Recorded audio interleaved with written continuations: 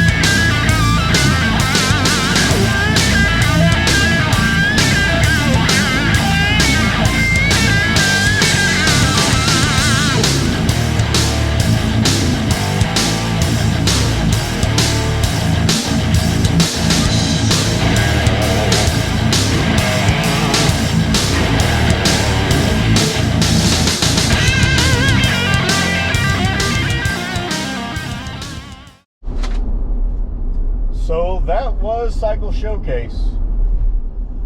The pictures in the videos that you've seen were all that I took. I didn't take any pictures with anybody. There's really like four people I really wanted to get a picture with. That was Dallas, Ray, and XAN Biker, and Charlie, the guy that does the traveling chopper. I sit there and I talked to him for a good 30 minutes and never thought to snap a picture. So, yeah. But don't forget to like, comment, subscribe, hit the bell so you know when I upload. I'll see you guys in the next one.